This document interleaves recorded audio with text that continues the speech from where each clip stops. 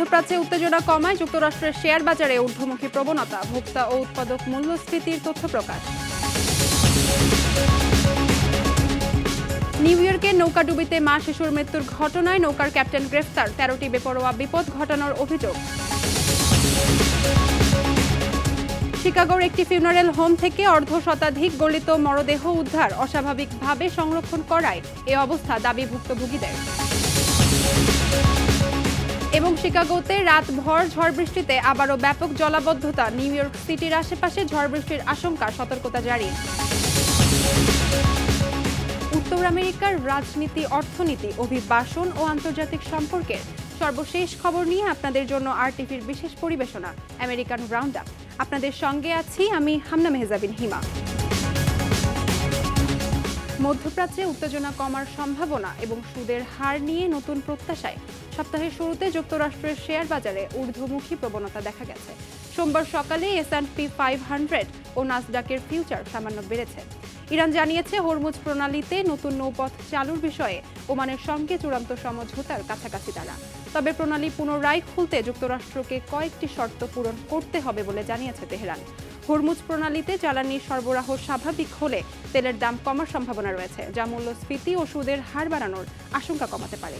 এদিকে চলতি সপ্তাহে যুক্তরাষ্ট্রের ভোক্তা ও উৎপাদক মূল্যস্ফীতির তথ্য প্রকাশ হবে। এসব তথ্যের ওপরই সেপ্টেম্বরের সুদের হার নিয়ে ফেডারেল রিজার্ভের সিদ্ধান্তেই প্রত্যাশা অনেকটা নির্ভর করছে।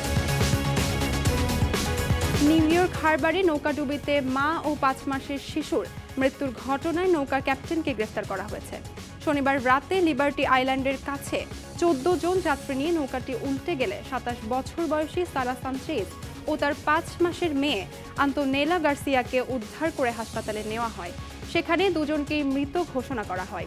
দুর্ঘটনার পর 46 বছর বয়সী ক্যাপ্টেন ম্যানুয়েল হার্নান্দেজকে গ্রেফতার করে পুলিশ। তার বিরুদ্ধে 13টি বেপরোয়া বিপদ ঘটানোর অভিযোগ আনা হয়েছে। নৌকাটির লাইসেন্স ছাড়া যাত্রী পরিবহন করছিল কিনা তা খতিয়ে দেখছে মার্কিন কোস্টগার্ড। দুর্ঘটনায় বেঁচে যাওয়া 12 জনকে উদ্ধার করা হয়েছে। তাদের আঘাত গুরুতর নয়। দুর্ঘটনার কারণও তদন্ত করছে কর্তৃপক্ষ। শিকাগোর একটি ফিউনারেল হোমে 50টির বেশি মরদেহ পচনশীল অবস্থায় পাওয়া গেছে। সম্প্রতি এ তথ্য জানায় রাজ্যটির কুক কাউন্টি কর্তৃপক্ষ। অস্বাভাবিকভাবে সংরক্ষণ করায় এই ঘটনা ঘটে বলে দাবি ভুক্তভোগীদের। শিকাগোর দক্ষিণ পূর্বাঞ্চলের ওই ফিউনারেল হোমে মৃতদেহ যথাযথভাবে সংরক্ষণ না করায় অভিযোগ পায় কর্তৃপক্ষ। এরপর সেখানে তদন্তকারী ও ফরেনসিক বিশেষজ্ঞদের পাঠায় কুক কাউন্টি মেডিকেল এক্সামিনারের কার্যালয়।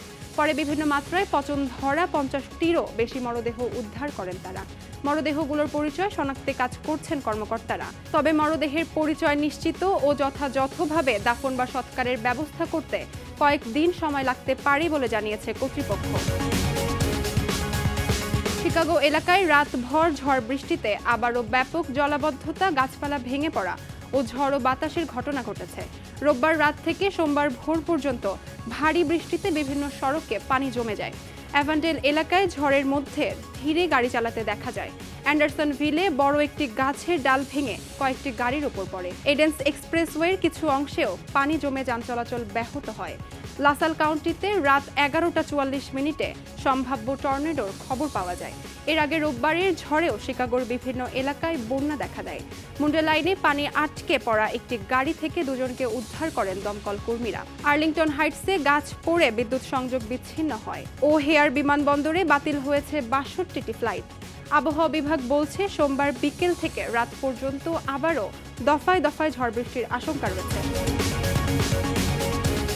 নিউ ইয়র্ক সিটি ও আশেপাশের এলাকায় সোমবার বিকেল থেকে তীব্র ঝড় বৃষ্টির আশঙ্কায় সতর্কতা জারি করা হয়েছে।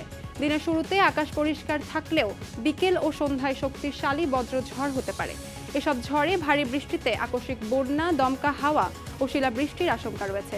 এমনকি বিচ্ছিন্নভাবে টর্নেডো হতে পারে বলে পূর্বাভাস জানানো হয়েছে। একই সঙ্গে তাপমাত্রা 90 ডিগ্রি ফারেনহাইটের ওপর উঠতে পারে আর অনুভূত তাপমাত্রা পৌঁছাতে পারে প্রায় 100 ডিগ্রিতে। নিউ ইয়র্ক সিটি সহ নিউ ইয়র্কের বেশ কয়েকটি এলাকা, নিউ জার্সির পূর্বাঞ্চল ও লং আইল্যান্ডে স্থানীয় সময় সন্ধ্যা 7টা পর্যন্ত তাপ সতর্কতা থাকবে। বৃহস্পতিবার পর্যন্ত ঝড় ও গরমের এই পরিস্থিতি অব্যাহত থাকতে পারে। তবে শুক্রবার থেকে তাপমাত্রা কমে আবহাওয়ায় স্বস্তি ফিরতে পারে।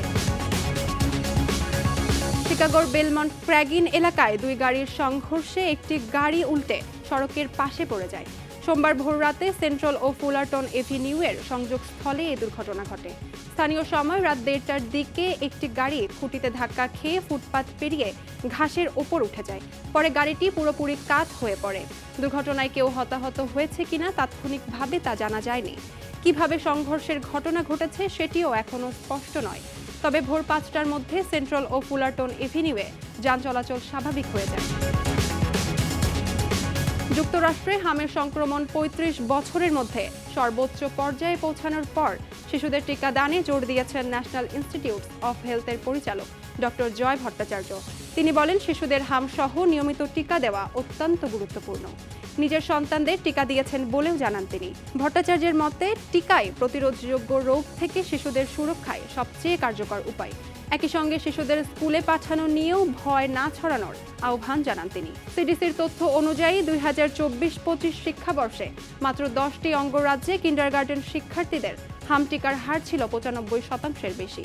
এদিকে টিকা ও অটিজমের সম্পর্ক নিয়ে নতুন নির্বাহী আদেশ তৈরির খবরও এসেছে হোয়াইট হাউস থেকে।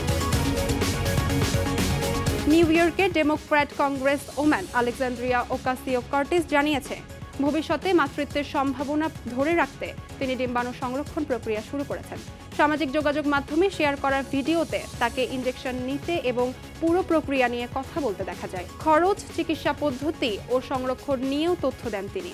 ওকাসিও-কর্টিস বলেন, যুক্তরাষ্ট্রের বর্তমান রাজনৈতিক পরিস্থিতিতে প্রজনন স্বাস্থ্য নিয়ে আলোচনা স্বাভাবিক করা জরুরি। এদিকে 2028 সালে প্রেসিডেন্ট নির্বাচনে লড়াই সম্ভাবনাও উড়িয়ে দেননি তিনি। তবে আপাতত তার মনোযোগ আসন্ন মধ্যবর্তী নির্বাচনে। সিনেট নির্বাচনে ডেমোক্র্যাট নেতা চাক শুমারের বিরুদ্ধে লড়বেন কিনা এ প্রশ্নে তিনি বলেন, যে কোনো কিছুই সম্ভব। দক্ষিণ ক্যালিফোর্নিয়ায় ভেরাইজনের মোবাইল ও ইন্টারনেট সেবায় বড় ধরনের বিঘ্নের পেছনে ফাইবার কেবল কেটে দেওয়ার অভিযোগ উঠেছে। কোম্পানিটি জানিয়েছে, একাধিক ফাইবার কেবল কেটে দেওয়ায় কিছু গ্রাহকের সেবা বন্ধ হয়ে যায়। রোববার সকাল 7টা থেকেই অনেক গ্রাহক সেবা না পাওয়ার কথা জানান। পরে বিকেলে কেবল মেরামতের কাজ শুরু করে ভেরাইজন। সন্ধ্যার মধ্যে বেশিরভাগ সেবা স্বাভাবিক হয়। তবে ঠিক কোথায় কেবল কাটা হয়েছে তা জানাননি কোম্পানিটি। লস অ্যাঞ্জেলস পুলিশও সুনির্দিষ্ট স্থান নিশ্চিত করতে পারেননি। তবে সান ফার্নান্দো ভ্যালিতে নাশকতার কয়েকটি অভিযোগ পাওয়ার কথা জানিয়েছে পুলিশ।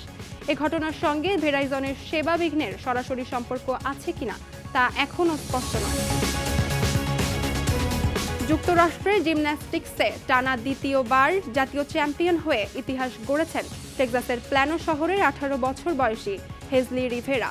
2 দিনের প্রতিযোগিতায় 111.950 পয়েন্ট নিয়ে শিরোপা জেতেন তিনি। রানার আপ ক্লেজার পিজের চেয়ে 1 পয়েন্টের বেশি ব্যবধানে এগিয়েছিলেন রিভেরা। সিমন বাইলস ছাড়া 2011 ও 12 সালে জর্ডিন উইবারের পর টানা 2বার জাতীয় শিরোপা জেতা প্রথম মার্কিন নারী জিমন্যাস্ট তিনি। প্যারিস অলিম্পিকের পর 2028 লস অ্যাঞ্জেলস অলিম্পিককে সামনে রেখে যুক্তরাষ্ট্রের জিমন্যাস্টিক্সের নতুন প্রজন্মের অন্যতম মুখ হয়ে উঠেছেন রিভেরা। হ্যামস্ট্রিংয়ের চোট পুরোপুরি না সারলেও দুর্দান্ত পারফরমেন্সে শিরোপা ধরে রাখেন তিনি। এবার তার লক্ষ্য বিশ্ব চ্যাম্পিয়নশিপে যুক্তরাষ্ট্রের দলে জায়গা করে নেওয়া। এ পর্যন্তই আমেরিকান রাউন্ড আপ। উত্তর আমেরিকার গুরুত্বপূর্ণ সব আপডেট পেতে আরটিভির সাথেই থাকুন। মতামত জানান আরটিভির সামাজিক যোগাযোগ মাধ্যমে। সবাই ভালো থাকুন।